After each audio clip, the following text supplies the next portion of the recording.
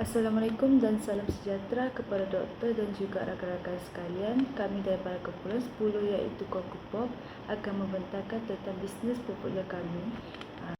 Ini merupakan ahli kumpulan daripada Kokupop. Kami ada seramai 8 orang ahli. Yang pertama adalah saya, Nur Izzati Sarah binti Anwar, yang memegang peranan sebagai CEO atau ketua kumpulan, dan tugas saya adalah untuk menguasai dan menyelaras keseluruhan operasi kumpulan dan membuat keputusan penting serta memastikan semua tugasan berjalan lancar mengikut perancangan. Dan kedua adalah pengurus pengarah iaitu Jan Mardan bin Bunhai yang bertindak sebagai pembantu saya dalam membuat keputusan yang strategik serta memantau semua projek yang akan dilaraskan dalam mengikut objektif perniagaan. Ketiga adalah pengurus keuangan Nurul Syazwani binti Muhammad Zaki yang bertanggungjawab dalam urusan aliran tunai, merekod semua transaksi dan menyediakan laporan keuangan. Dan keempat adalah pengurus pemasaran jualan iaitu Muhammad Firdaus bin Muhammad Ramsa yang bertanggungjawab merancang dan melaksanakan strategi pemasaran termasuklah mempromosikan produk dan jualan kepada pelanggan. Yang kelima, pengurus media dan pemasaran Umi Suhaida binti Saidin yang memegang jawatan sebagai pengurus media yang bertanggungjawab juga mempromosikan di media sosial termasuklah membuat rekaan grafik dan juga penghasilan iklan-iklan yang menarik untuk menarik perhatian pelanggan. Yang keenam adalah operasi 1 Sedatul Ali Ada yang bertanggungjawab dalam memastikan semua penghasilan produk berjalan dengan cekap dan menjaga kualiti produk tersebut yang telah dihasilkan. Seterusnya operasi yang kedua, Nur Akila Fatini Abdul Malik yang bertugas untuk membantu dalam pengurusan bahan-bahan serta pembungkusan dan penghantaran produk kepada pelanggan. Dan yang terakhir adalah yang ke-8 iaitu khidmat pelanggan Muhammad Firdaus bin Meterang bertanggungjawab dalam bahagian khidmat pelanggan dan berinteraksi dengan pelanggan dan menerima maklum balas serta Saya Umi Suhaida, BA 23110043 dan saya akan menerangkan bahagian jenis praktikum. Bagi company Kokupop, kami menjalankan perniagaan makanan dan minuman ataupun F&B, iaitu kami mengeluarkan satu jenis produk berasaskan popia yang boleh didapati dalam 3 perisa iaitu Melo, Nestem dan juga Spicy Cheese. Selain itu, company Kokupop juga menggunakan kaedah take and delivery di mana kami menyediakan satu Google Form kepada customer untuk memudahkan mereka dalam membuat pesanan, dan juga bagi kaedah delivery kami menyediakan 2 option iaitu sama ada cash on delivery ataupun self pick up bergantung dengan kemahuan daripada customer.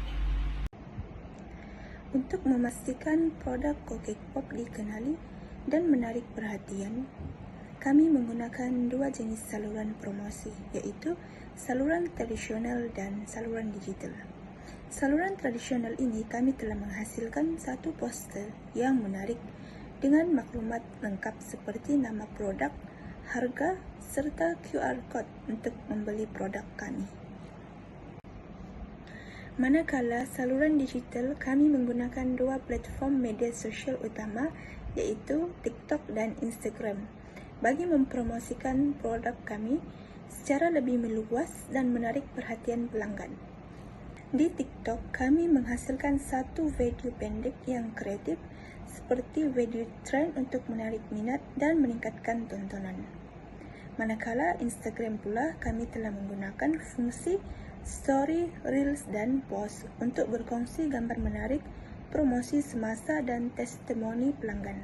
Instagram juga membantu dalam membina jenama melalui visual yang konsisten dan kemas. Assalamualaikum, saya Muhammad Firdaus Muhammad Ramsa. Seterusnya akan membentangkan tentang penglibatan media dan juga maklum balas daripada kami punya customer. Untuk penglibatan media yang kami gunakan ialah TikTok dan juga Instagram. Untuk TikTok, pengikut yang ada di TikTok 103 orang dan untuk sukaan yang kami perolehi daripada setiap konten adalah 208. Kemudian konten yang berikut merupakan konten yang paling banyak disukai oleh penonton lah.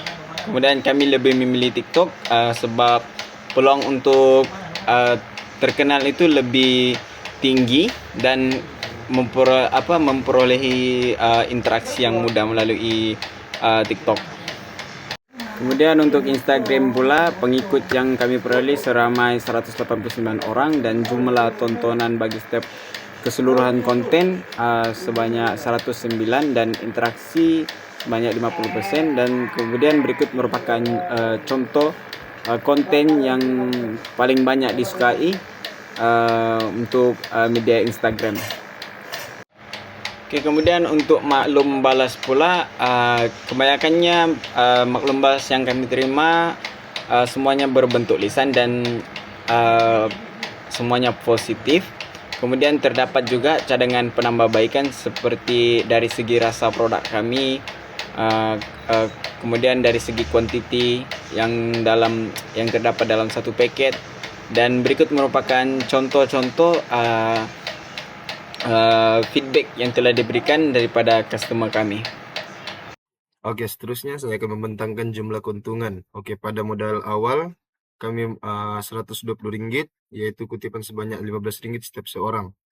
Rp120 ini kami gunakan untuk modal batch pertama adalah 116 2 sen. Jadi untuk keuntungan kami selepas kami jual adalah Rp200, campur dengan kami punya baki modal pertama tuh dia menjadi Rp203,98. Dan Rp203,98 ini kami tolak untuk modal penjualan kami untuk batch kedua adalah sebanyak Rp85,16 dan duit bersih kami adalah Rp118,82 dan untuk keuntungan batch kedua pula yang kami dapat adalah Rp300 dan 118 tambah dengan 300 adalah 418, tolak lagi dengan Rp77,90 untuk model batch ketiga. Dan untuk batch ketiga nih kami punya untung adalah 760, yaitu 760 tambah dengan Rp340 adalah 1.192 sen. Jadi untuk keuntungan kami ini adalah keuntungan bersih, di mana untung bersih kami adalah 1.192 sen bahagi dengan 8 orang. Jadi setiap seorang akan mendapat Rp137,62. Saja sekian, terima kasih. Seterusnya saya akan membentangkan perincian jualan, perbelanjaan, dan keuntungan. Jadi berdasarkan rekod yang dipaparkan di sistem Go e-commerce, jumlah jualan keseluruhan yang berjaya dicatat ialah sebanyak Rp172,50, manakala jumlah perbelanjaan adalah sebanyak Rp34,89. Daripada data ini kita dapat lihat bahwa keuntungan bersih yang diperoleh ialah sebanyak Rp137,61. Keuntungan ini menunjukkan prestasi yang baik dan juga positif. Jadi antara jualan yang tertinggi dicatat pada 22 Mei dengan jumlah Rp95, manakala terdapat juga beberapa perbelanjaan kecil seperti utility yang sebanyak Rp9,74, Rp10,65 dan juga Rp14,50. Jika secara keseluruhannya, data ini menunjukkan bahwa walaupun perniagaan ini masih berskala kecil dan beroperasi secara offline, ia telah menunjukkan prestasi keuntungan yang baik dengan pengurusan keuangan yang teratur lah. Itu saja daripada saya. Sekian, terima kasih. Seterusnya, saya akan membentangkan bisnes modal kanvas. Untuk yang pertama ialah Key Partners. Key Partners kami terdiri daripada PKPKD yang digunakan untuk mendaftar lesen, survey, ABC dan EcoShop untuk mencari bahan basah dan kering untuk kami punya produk. Seterusnya ialah Key Activities. Untuk Key Activities, kami akan menyediakan produk yang mencukupi, memasarkan produk dan meletakkan produk di market yang baik. Untuk Key Resources ialah resepi yang baik, Value Proposition ialah harga yang berpatutan serta delivery kepada pelanggan dengan cepat. Untuk Customer Relationship, kami mengekalkan hubungan short term dengan customer supaya customer dapat berpuas hati dengan kami punya produk. Untuk channel, kami akan menggunakan media digital untuk memasarkan serta mempromot kami punya produk. Untuk customer segment, kami menetapkan pada 3, iaitu staff, public dan student untuk kami punya produk. Untuk cost structure, kami akan menilai daripada kos bahan, kos transport dan kos delivery. Manakala untuk revenue stream, pembayaran adalah melalui cash, QR code, cash on delivery ataupun online banking. Itu saja daripada saya. Baiklah, untuk yang seterusnya saya akan membentangkan visi, misi dan matlamat syarikat kami. Untuk yang pertama iaitu visi syarikat kami.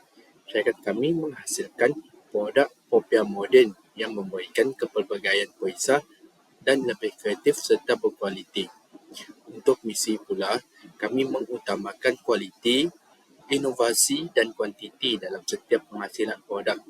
Kami juga akan menyediakan sistem perkhidmatan yang berkualiti tinggi mesra pelanggan yang lebih profesional.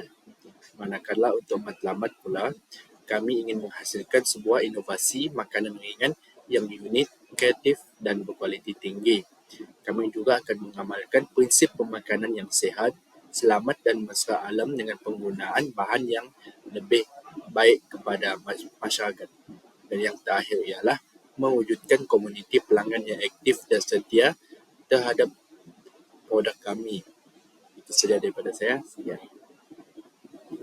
Seterusnya, saya akan membentangkan tentang beberapa cabaran yang kami hadapi semasa menjalankan perniagaan ini. Antara cabaran yang kami hadapi ialah persaingan yang sengit, di mana terdapat beberapa peniaga yang menjual produk yang serupa menyebabkan ia sukar untuk mendapatkan perhatian pelanggan baru tanpa strategi pemasaran yang kreatif.